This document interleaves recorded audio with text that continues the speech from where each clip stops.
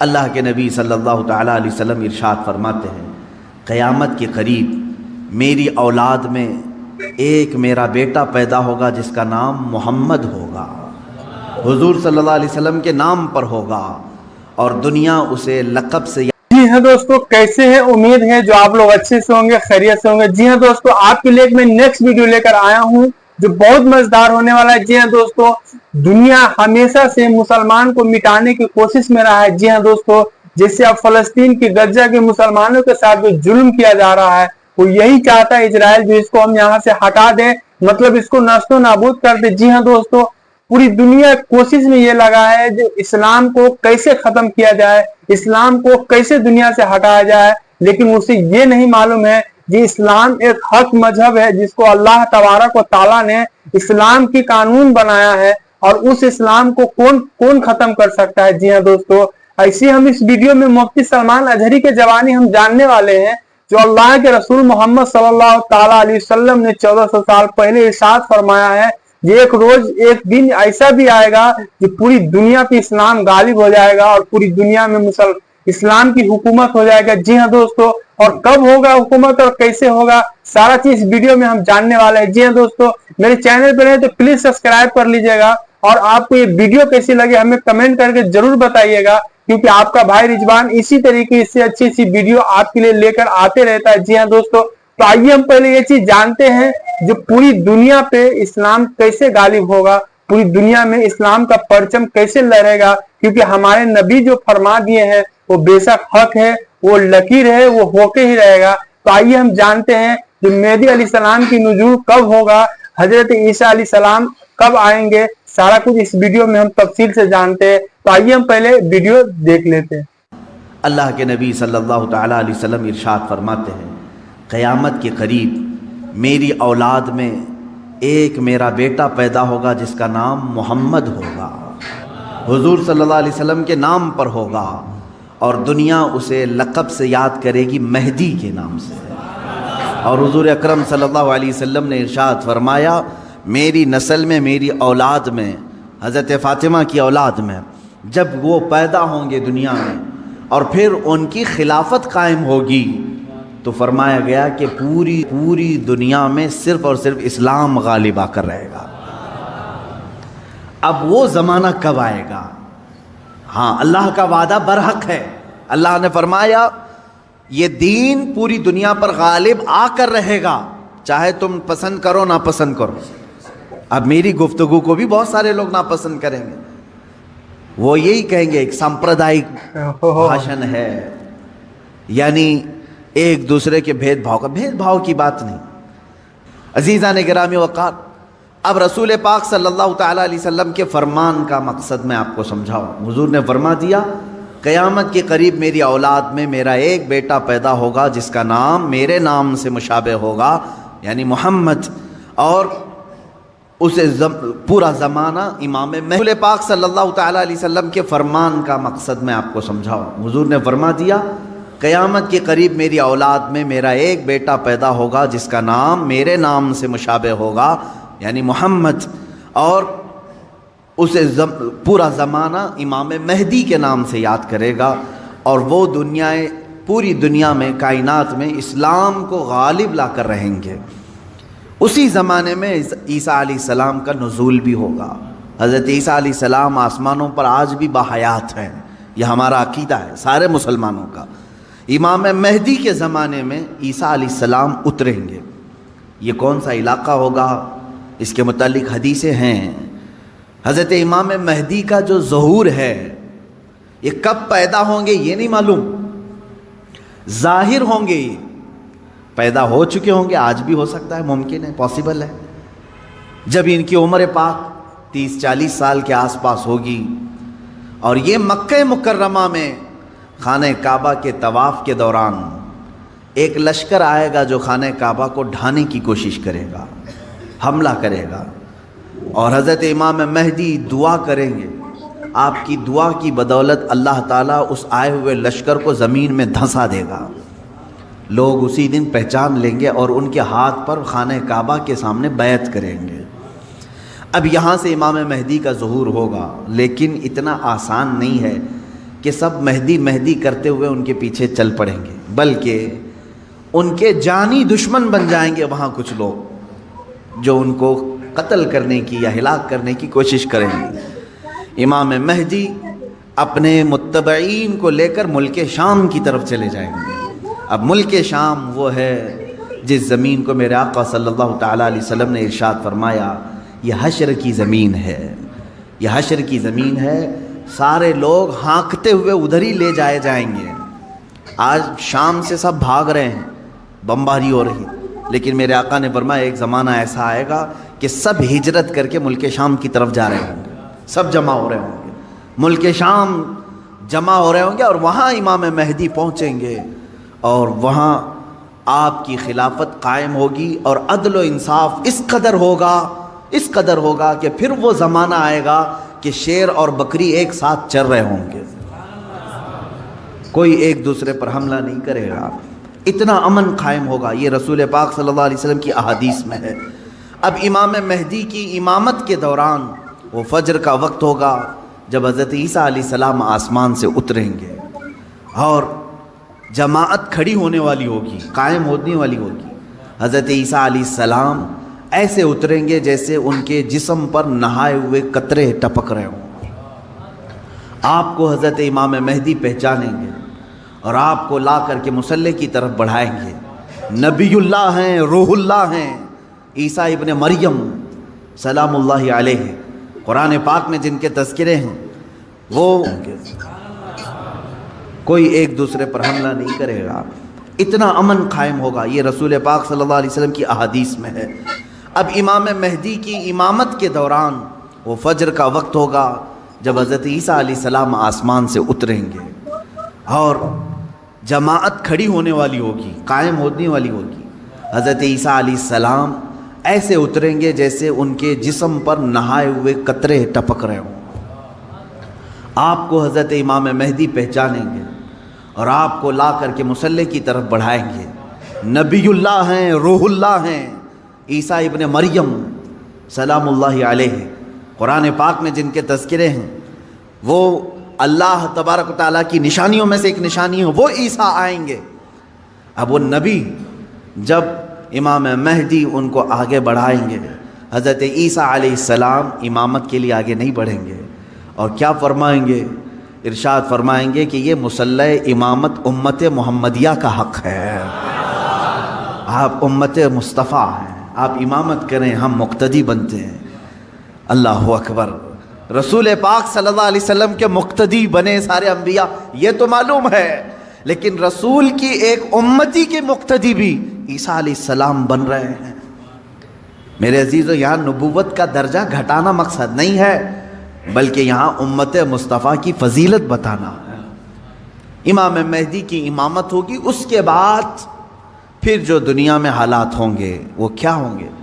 دجال آ چکا ہوگا، اور دجال اپنے فتنے پھیلا رہا ہوگا، اور اب دجال کو کون مارے گا، کون ختم کرے گا؟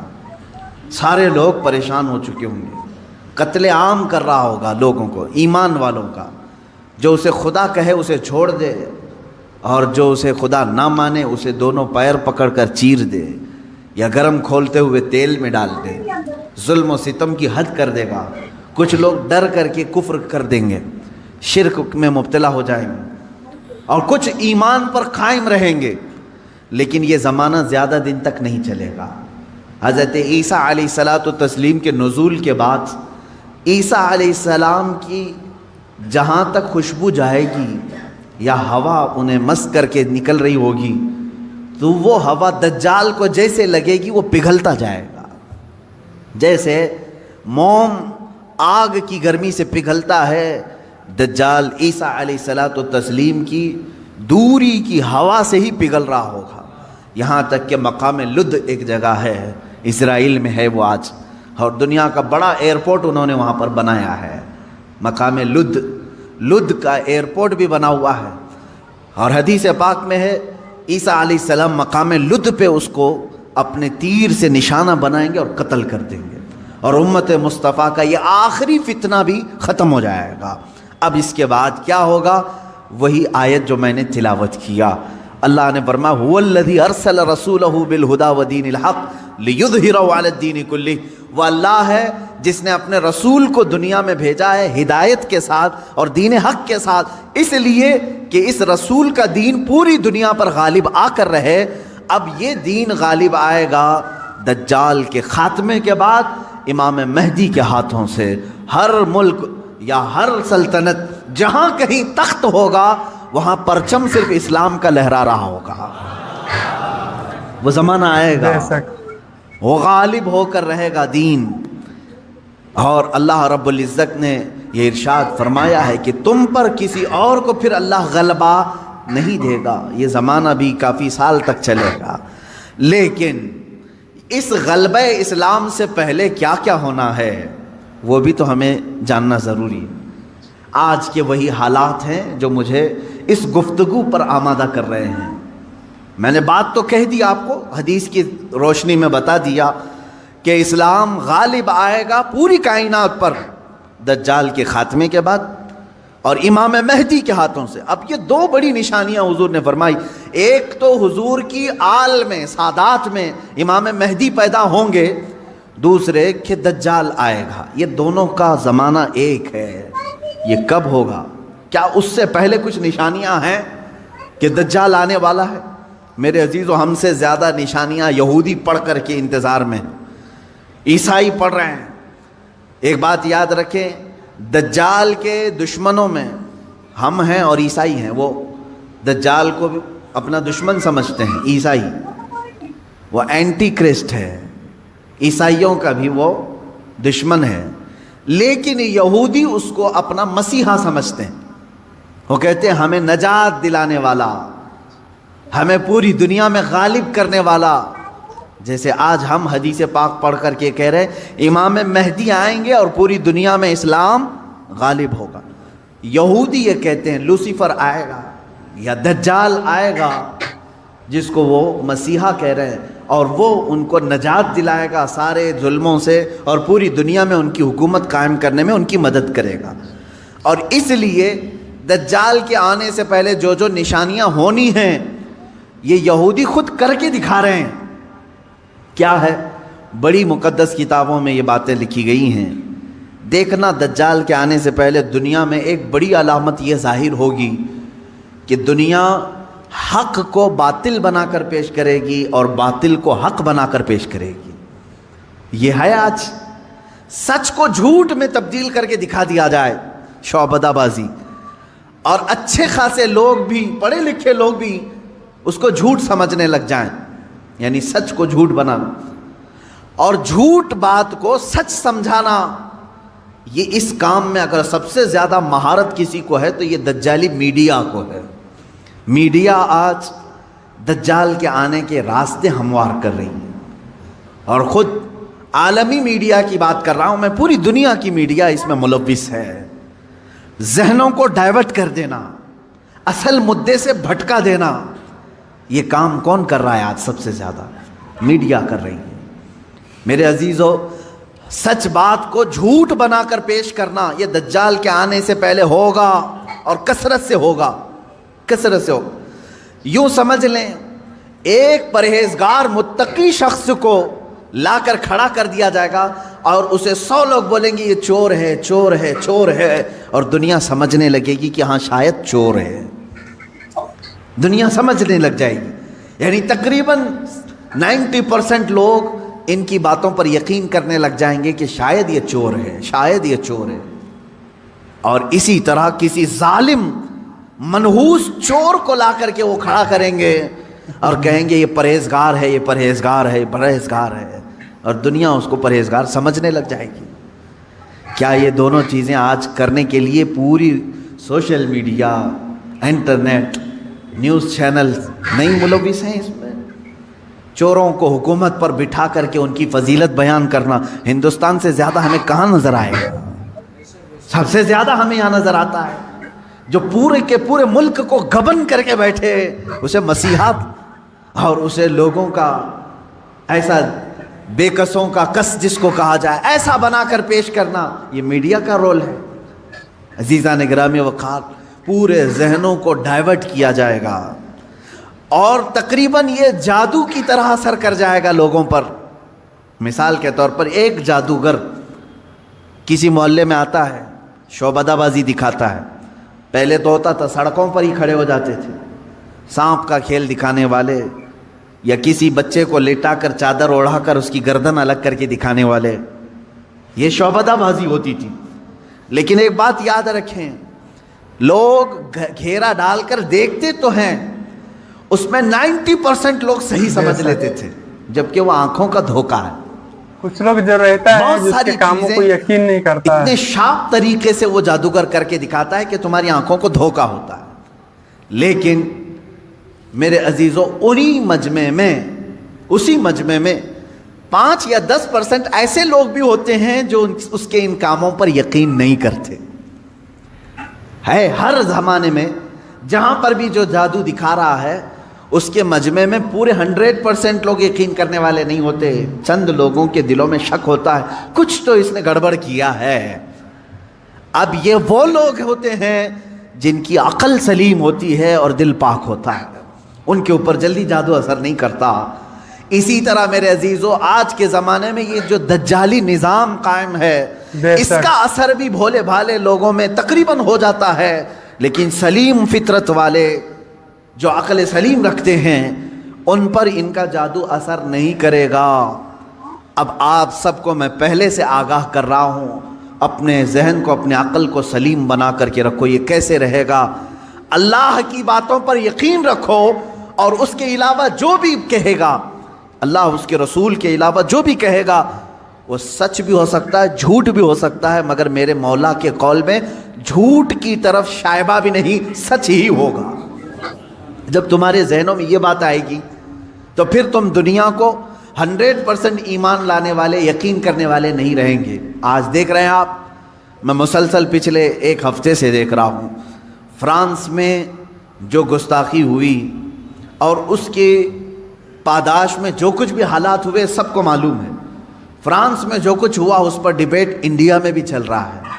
ہندوستان کے ہر نیوز اینکر اس کو لے کر کے گرما گرم بحث کر رہے ہیں, اور کچھ ایسے لوگوں کو لا کر بٹھایا جاتا ہے, مجھے ان کے بارے میں معلوم نہیں, وہ پیڈ ہوتے ہیں یا بکے ہوئے ہوتے ہیں, یا ان کو اسکرپٹ یعنی سکھائی جاتی ہیں, لکھ کر کے دیے جاتے, پتہ نہیں کون لوگ بیٹھتے ہیں. آپ کو عام لوگ ہیں آپ, مجھے معلوم ہے, لیکن میں آپ کے سامنے گفتگو کر رہا ہوں. سنیے, ایک اسکول کا ٹیچر بلیک بورڈ پر کارٹون بناتا ہے رسول پاک صلی اللہ علیہ وسلم کا. اس کی شکایت بھی ہوتی رہی, لیکن وہ باز نہیں آیا, اور اسی علاقے کا کوئی ایک نوجوان اس سے برداشت نہیں ہوا, اس نے جا کر کے اس کا سر قلم کر دیا. یہ ہے, معلوم ہے آپ کو, یہ رپورٹ ہے, آپ کو معلوم ہے. اس نے سر قلم کر دیا, وہ اس کا اپنا پرسنلی معاملہ تھا, عبداللہ شیشانی جو بھی ہے. اب اس کو کیا چھوڑ دیا, لوگوں نے چھوڑ دیا عبداللہ کو, بلکہ اسی وقت گولیوں سے بھون دیا فرانس کی پولیس نے, ختم کر دیا. دونوں ختم ہو گئے, جن کے دونوں کے معاملات تھے وہ چلے گئے. اب میں ایک جملہ کہتا ہوں, تمہارے نزدیک عبداللہ شیشانی ٹیررسٹ ہے, یعنی اس نے سر قلم کیا اس لیے یہ ٹیررسٹ ہے. ہمارے نزدیک رسول کا خاکہ بنانے والا سب سے بڑا ٹیررسٹ, ظاہر سی بات ہے. اب فیصلہ یہی ہوگا, تمہارے نظر میں جو ٹیررسٹ تھا اس نے اس کو قتل کیا جو ہمارے نظر میں ٹیررسٹ تھا. بہرحال یہ معاملہ ہو گیا یا ختم ہو گئی بات.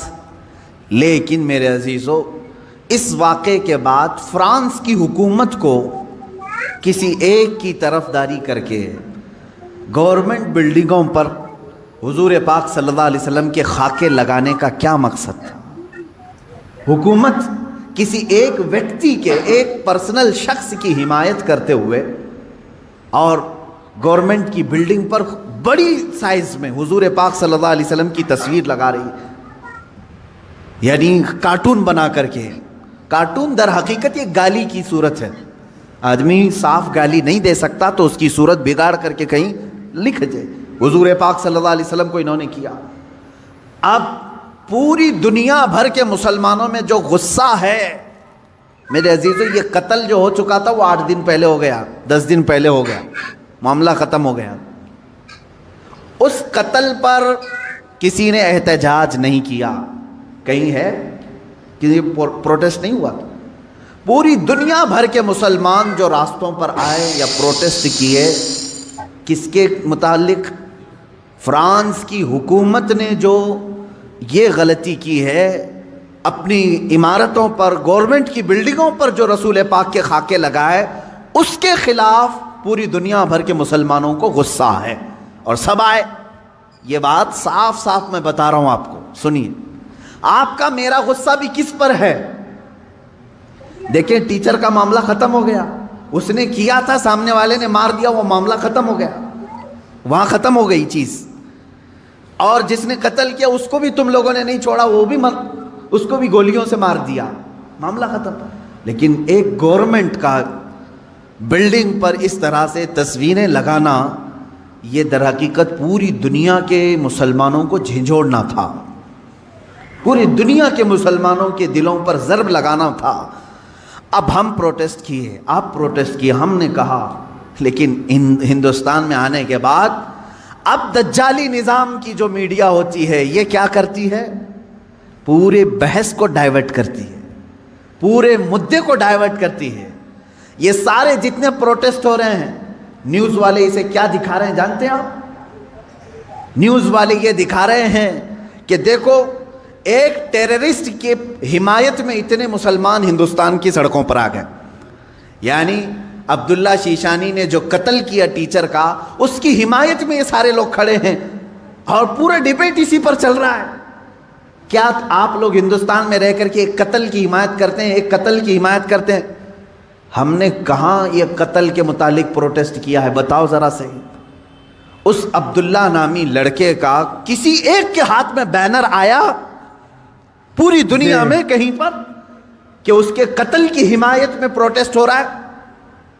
میرے عزیزو، پورے مدے کو ڈائیورٹ کرنا یہ میڈیا کا کام ہے، جبکہ انہیں معلوم ہے کہ پوری دنیا کے مسلمان جو پروٹیسٹ کر رہے ہیں وہ قتل کے متعلق نہیں، بلکہ وہ فرانس کی گورنمنٹ کی حرکتوں پر پروٹیسٹ کر رہے ہیں۔ اب اس کی ایک مثال میں آپ کو بتا دوں، یہ میڈیا اینکرز یہ کہتے ہیں کہ فرانس کا وہ اندرونی معاملہ ہے، وہ اندرونی معاملہ ہے، وہ چاہیں ان کو فریڈم آف ایکسپریشن ہے، وہ سیکولر ہیں، وہ چاہیں تو کسی ایک ویکتی کی حمایت کریں اور بلڈنگ کی پوری تصویر لگا دیں رسول پاک صلی اللہ تعالیٰ علیہ وسلم کی تصویر سے۔ میرے عزیزو، اگر یہ فرانس کا اندرونی معاملہ ہے تو انڈیا میں ڈیبیٹ کیوں ہو رہا ہے؟ آپ کے نیوز روم میں یہ بحث کیوں ہو رہی ہے؟ آپ یہ سمجھیں، اس زمانے کا سب سے بڑا خطرناک جال یہ میڈیا ہے، نیوز کا جو۔ اب ظاہر سی بات ہے، یہ ہماری بھی کلپس اٹھا کر کے چلائیں گے اور پھر ہمیں بھی بتائیں بھڑکاؤ مولانا ہے، سامپردائک پھیلانے والے ہیں، ہماری گفتگو کو کاٹ کر کے پیش کریں گے، ان کا کام ہی وہ ہے۔ لیکن میں آپ کو بتاؤں کہ پورے ہندوستانی مسلمانوں کے دماغ کو ڈائیورٹ کر رہے ہیں کہ تم لوگ جو پروٹیسٹ کر رہے ہو، ایک قتل کی حمایت میں کیسے پروٹیسٹ کر رہے ہو؟ ان سے کوئی بھی ڈیبیٹ میں بیٹھنے والا یہ نہیں کہہ رہا ہے، بلکہ وہاں ثابت کرنے کی کوشش کر رہے ہیں قتل ایسا ہو سکتا ہے، ویسا ہو سکتا ہے۔ میرے عزیز، یہاں کہنا تو یہ چاہیے تھا قتل ہوا اور اس کے مقابل میں جس نے قتل کیا اس کا بھی قتل ہو گیا۔ ہم اس مدے پر بات نہیں کر رہے ہیں، ہم تو گورنمنٹ کے خلاف بات کر رہے ہیں جو فرانس کی حکومت نے اپنی عمارتوں پر میرے آقا کی تصویر کشی کی ہے، ہم اس کے خلاف کھڑے ہیں۔ اب مجھے ایک بات بتائیں، کیا کسی ایک شخص کے کچھ ایسا قتل کرنے کی بنیاد پر پوری دنیا بھر کے 180 کروڑ مسلمانوں کے نبی کی توہین کرنا جائز ہو سکتا ہے؟ جائز ہو سکتا ہے؟ مجھے یہ بتاؤ کہ اگر کسی ایک ہندو نے ٹیرر اٹیک کیا کسی پر، تو کیا کروڑوں ہندوؤں کے بھگوان کی تصویر لگا کر کے اس کی مذمت کی جا سکتی ہے؟ ہم اس کے قائل نہیں۔ ایک ہندو نے اگر ٹیرر اٹیک کیا کسی پر تو کروڑوں ہندوؤں کے رام کرشن کی تصویر کشی کرنا، اس کی اجازت نہیں دیتے ہم۔